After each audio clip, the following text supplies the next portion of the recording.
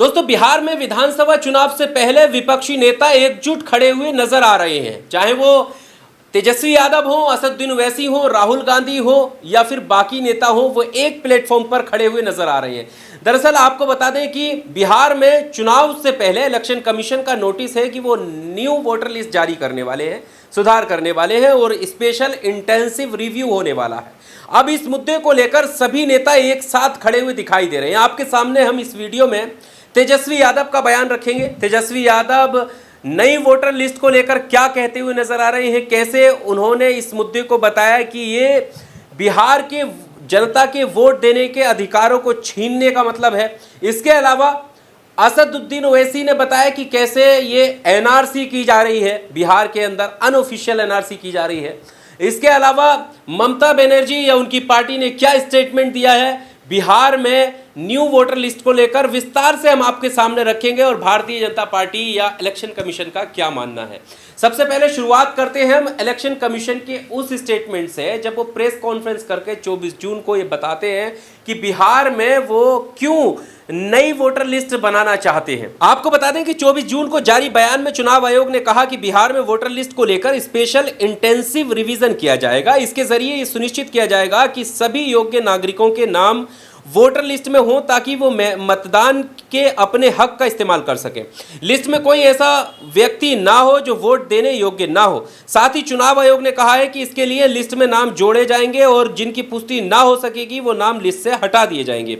चुनाव आयोग ने आगे कहा कि तेजी से बढ़ते शहरीकरण, लगातार पलायन, युवा नागरिकों के वोट देने योग्य होने और मौतों की सूचना ना देने और विदेशी अवैध प्रवासियों के नाम शामिल होने जैसे कई कारणों से वोटर लिस्ट के स्पेशल इंटेंसिव रिवीजन की जरूरत है। इससे वोटर लिस्ट को बेहतर बनवाया जा सकेगा जिसमें गलतियां ना हो। ये बात चुनाव आयोग ने कही है। क्या कही है? शहरीकरण, पलायन और अवैध घुसपैठिए जो यहाँ के नागरिक नहीं हैं उनका वोटर लिस्ट में नाम होना घर घर जाकर सुनिश्चित करने के बाद ही वोटर लिस्ट में नाम आएगा। और इन्हीं तमाम सवालों को लेकर कांग्रेस, आरजेडी, एआईएमआईएम और टीएमसी, ये तमाम पार्टियां हैं जिन्होंने विरोध शुरू कर दिया है और कहा है कि ये एक षड्यंत्र है प्रवासी मजदूरों को उनके वोट से वंचित करने का। ये षड्यंत्र है मुसलमानों के, यादवों के वोटों पर कटोराघात करने का। ये षड्यंत्र है बिहार में छुपे तौर पर नामकरण करने के बाद एनआरसी लागू करने का।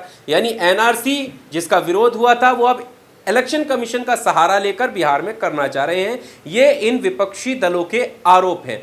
अब सबसे बड़ा आरोप तो यही है कि अगर हम पिछले स्पेशल इंटेंसिव रिव्यू की बात करें तो 2003 में हुआ था और ये बताया जा रहा है कि साल भर से भी ज्यादा का समय उसमें लगा था। लेकिन अभी बिहार में इतना समय तो है नहीं, इसी साल के अंत तक चुनाव होने हैं। तो कैसे इलेक्शन कमीशन ये सुनिश्चित करेगा कि कौन व्यक्ति सही है, कौन व्यक्ति यहाँ का है, कौन बाहरी है, और उसमें जो डॉक्यूमेंट्स मांगे जा रहे हैं वो कैसे बिहार की जनता पूरे कर पाएगी। तो इसका मतलब ये है कि उस डॉक्यूमेंट्स की आड़ में और इस न्यू वोटर लिस्ट की आड़ में तमाम मतदाताओं से उनके वोट का अधिकार छीना जा रहा है। ये आरोप उन पर लग रहे हैं। अब सबसे पहले आपके सामने तेजस्वी यादव ने क्या कहा वो रखते हैं। तेजस्वी यादव का कहना है कि इस प्रक्रिया से बीजेपी, आरएसएस बिहार के गरीबों के मतदान का अधिकार खत्म कर देना चाहती है। जो लोग बाहर गए हैं मजदूरी के लिए, वो जो कभी कभी बिहार आते हैं लौट करके, उनका वोट खत्म हो जाएगा।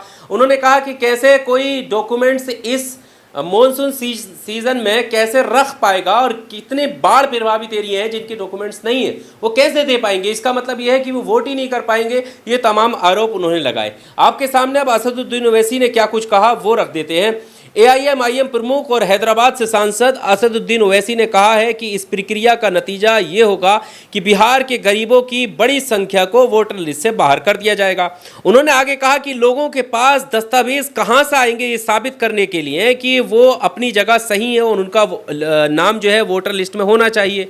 उन्होंने आगे कहा कि वोटर लिस्ट में नाम दर्ज करवाने के लिए अब हर नागरिक को दस्तावेजों के जरिए साबित करना होगा कि वे कब और कहां पैदा हुए थे और साथ ही ये भी उनके माता पिता कब और कहां पैदा हुए।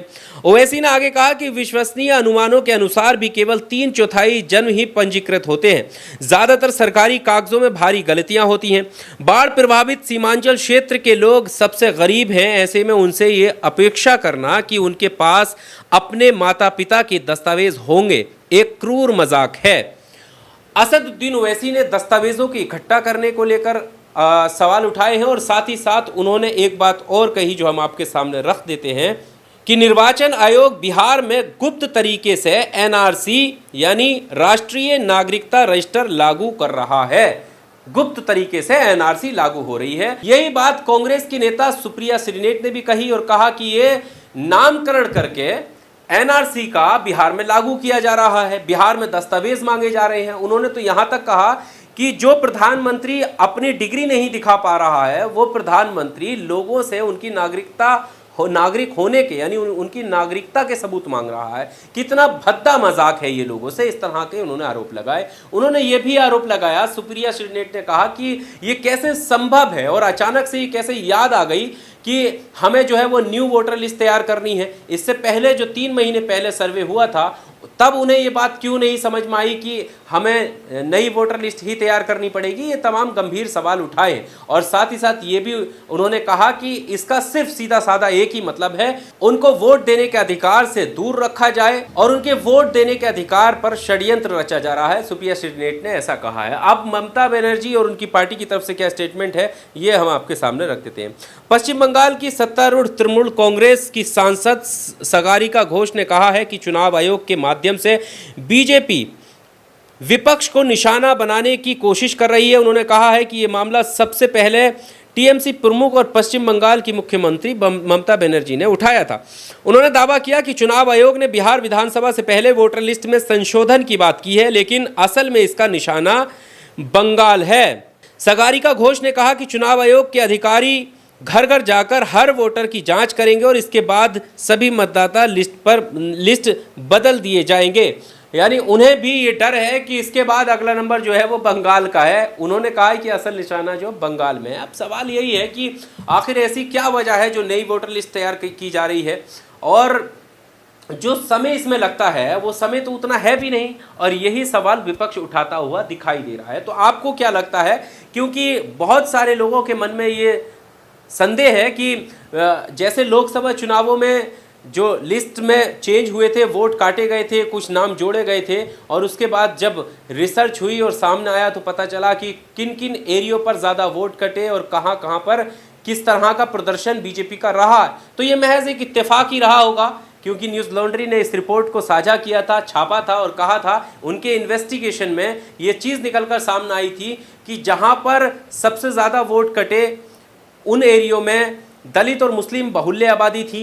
जहां पर सबसे ज़्यादा वोट जोड़े गए वहां पर किन लोगों की आबादी थी या आप बाखूबी समझ सकते हैं। और उन्होंने कई कॉन्स्टिट्यूंसी का हवाला दिया जिसमें से 3 नाम उन्होंने लिखे कि फर्रुखाबाद हुआ, मेरठ हुआ और चांदनी चौक हुआ। फर्रुखाबाद में भी उन्होंने बताया कि जिस पोलिंग बूथ पर वोट सबसे ज़्यादा कटे थे वहां पर यादव और मुस्लिम वोट सबसे ज़्यादा थे। बहरहाल इस वीडियो में सिर्फ इतना ही। आपको क्या कुछ कहना है इस वोटर लिस्ट के हवाले से, बिहार चुनाव के हवाले से? क्या बिहार में कुछ बदलाव होने जा रहा है? क्या भारतीय जनता पार्टी को किसी तरह का डर सताया जा रहा है? और एक आखिरी सवाल, क्या ये एनआरसी लागू करने का षड्यंत्र है? क्या कुछ आपको कहना है? कमेंट बॉक्स में आकर अपनी राय जरूर दीजिएगा। शुक्रिया दोस्तों।